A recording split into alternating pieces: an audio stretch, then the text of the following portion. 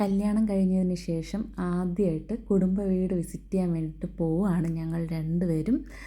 അപ്പോൾ ഞാൻ പ്ലാൻ ചെയ്തു ജസ്റ്റ് ഒരു എഗ് പപ്സ് ഉണ്ടായിക്കൊണ്ട് പോകാമെന്ന്. കാരണം അവർക്ക് എഗ് പപ്സ് ഭയങ്കര ഇഷ്ടമാണ് കേട്ടോ. അപ്പോൾ ഈ ഉള്ളി അരിയുന്ന ജോലി ഞാൻ ഇച്ചയെ ഏൽപ്പിച്ചു. എനിക്ക് ഒട്ടും ഇഷ്ടമില്ലാത്തൊരു പണിയാണിത്. അങ്ങനെ പാവം ഇച്ച ഉള്ളിയൊക്കെ അരിഞ്ഞ് കണ്ണൊക്കെ നിറഞ്ഞിരിക്കുന്ന ഒരു സിറ്റുവേഷനാണ്. ഇച്ച ഒത്തിരിയധികം ഹെൽപ്പ് ചെയ്യുന്നുണ്ട് എന്നെ. അതോടൊപ്പം തന്നെ നമ്മൾ നല്ല രീതിക്ക് ലേറ്റ് ആയതിന് ശേഷമാണ് ജോലി സ്റ്റാർട്ട് ചെയ്തത്. കാരണം ഇച്ച ഡ്യൂട്ടി കഴിഞ്ഞ് വരാനായിട്ട് നല്ല ലേറ്റ് ആയിരുന്നു. വെളുപ്പിന് 4 മണിയായിട്ടും ഞങ്ങൾ രണ്ടുപേരും ഉറങ്ങിയിട്ടില്ല. ഇപ്പോഴും കുക്കിങ്ങിൻ്റെ തിരക്കിലാണ്.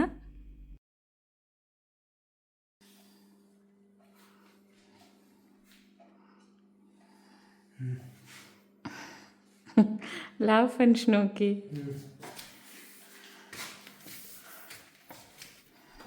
Wow.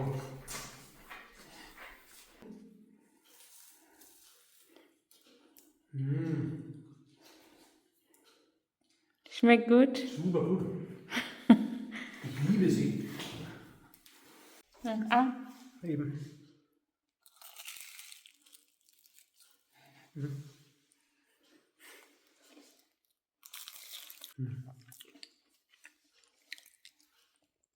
Gute Nacht. Tata. ഒരു 1.5 മണിക്കൂറൊക്കെ ഞങ്ങൾക്ക് ഒന്ന് ഉറങ്ങാൻ പറ്റിയിട്ടുണ്ടായിരുന്നുള്ളൂ. രാവിലെ 7:15 ട്രെയിൻ. അങ്ങനെ ഞങ്ങൾ അമ്മയ്ക്ക് കൊടുക്കാൻ വേണ്ടിയിട്ട് ഒരു ചെറിയൊരു പൂവൊക്കെ ആയിട്ട് ഞങ്ങൾ ഇതാ ട്രെയിനിൽ യാത്ര ചെയ്യുവാണ്. അങ്ങനെ ഞങ്ങളൊരു 6 മണിക്കൂറോളം ട്രാവൽ ചെയ്ത് ഞങ്ങളുടെ കുടുംബ വീട്ടിലോട്ടെത്തി. അമ്മയുടെ അച്ഛൻ്റെ വെഡ്ഡിങ് ആനിവേഴ്സറിയുടെ ഗിഫ്റ്റായിട്ടാണ് ഞങ്ങൾ ആ ഒരു കുഞ്ഞ് ചെടിയും ഗ്രീറ്റിംഗ് കാർഡൊക്കെ നമ്മൾ പർച്ചേസ് ചെയ്തിട്ടുണ്ടായിരുന്നു. അത് അമ്മയ്ക്ക് അച്ഛന് ഭയങ്കരത്തിൽ ഇഷ്ടമായി. Aber vielen Dank für das herzliche Geschenk. Das sind meine Lieblingsorchideen. Ja, vielen Dank. Ja. Alles Gute zum Geburtstag nochmal. Ein Geschenk.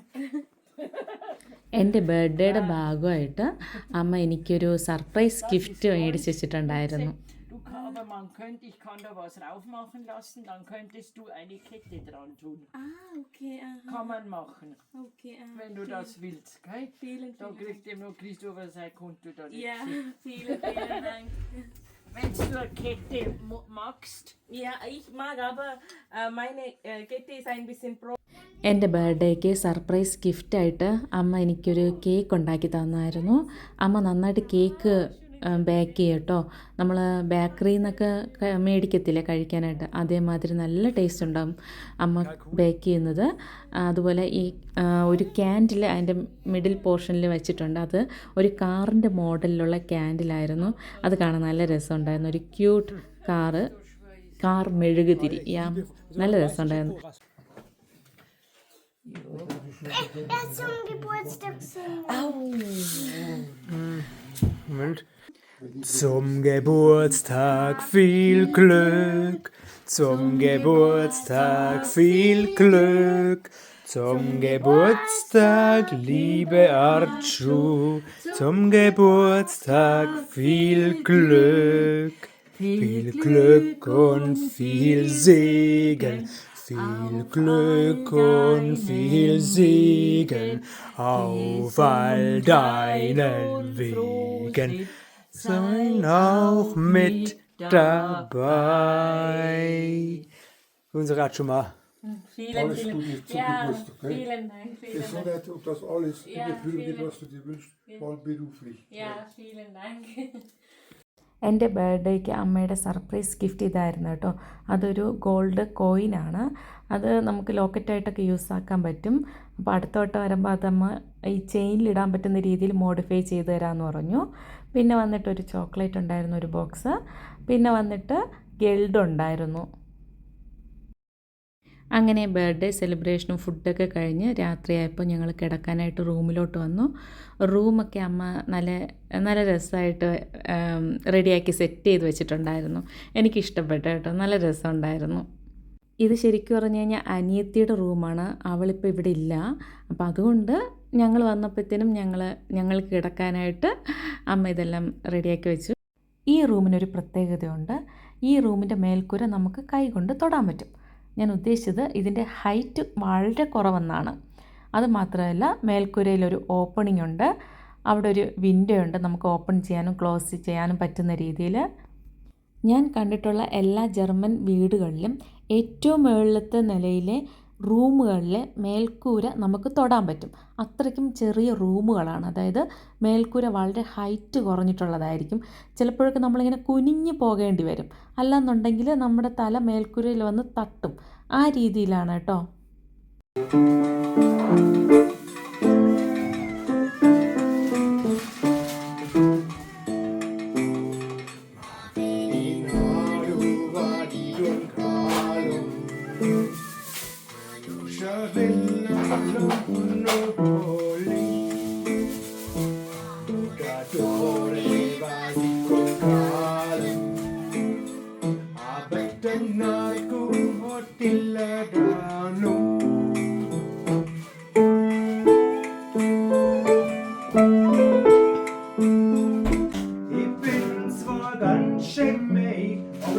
Ganz gut beieinander.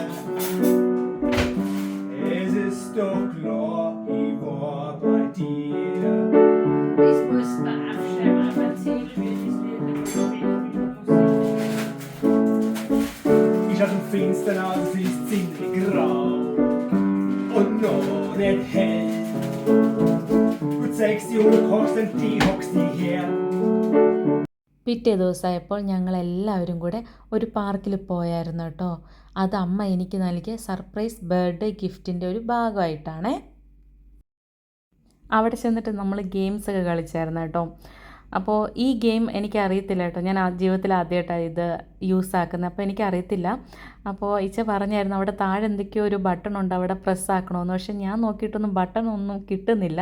അപ്പോൾ എനിക്കങ്ങനെ നല്ല രീതിക്കൊന്നും ചെയ്യാൻ പറ്റില്ല. ബട്ട് ഞാൻ ഹാപ്പിയാണ്, ഒരു വട്ടമെങ്കിലും എനിക്കിതിങ്ങനെ ട്രൈ ചെയ്യാൻ പറ്റിയല്ലോ.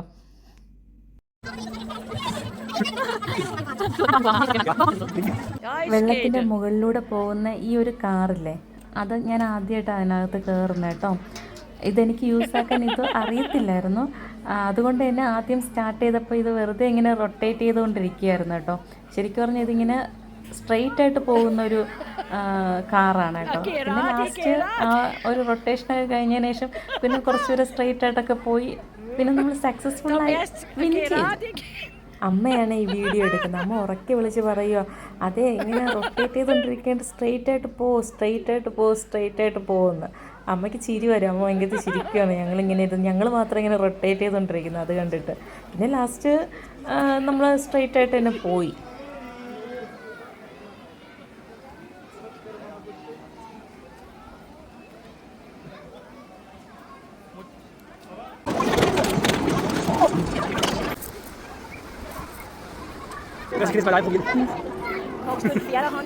കുറേ നേരം ഗെയിമൊക്കെ കളിച്ചതിന് ശേഷം ഞങ്ങൾ കോഫി കുടിക്കാനായിട്ട് കയറി. Diese Mundart, ne?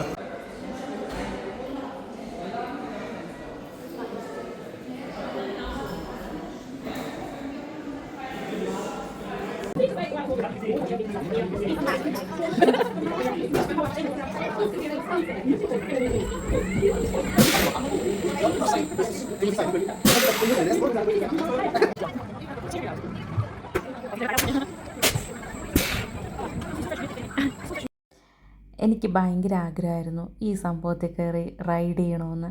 എൻ്റെ ബക്കറ്റ് ലിസ്റ്റിലുണ്ടായിരുന്ന ഒരു ആഗ്രഹമാണ് ഇവിടെ സഫലമായിരിക്കുന്നത്. മെഷീനിൽ നിന്ന് വരുന്ന പഞ്ഞിമിഠായി ഞാൻ ആദ്യമായിട്ട് കാണുവാണ് കേട്ടോ. അത് കണ്ടപ്പോൾ എനിക്ക് ഭയങ്കര ഒരു കൗതുകം തോന്നി. ഞാൻ അപ്പോൾ ഇച്ചയോട് പറഞ്ഞപ്പോൾ അങ്ങനെ ഇച്ച എനിക്ക് വേണ്ടിയിട്ട് മെഷീനിൽ നിന്ന് പഞ്ഞിമിഠായി ക്രിയേറ്റ് ചെയ്തെടുക്കുവാണ് കേട്ടോ.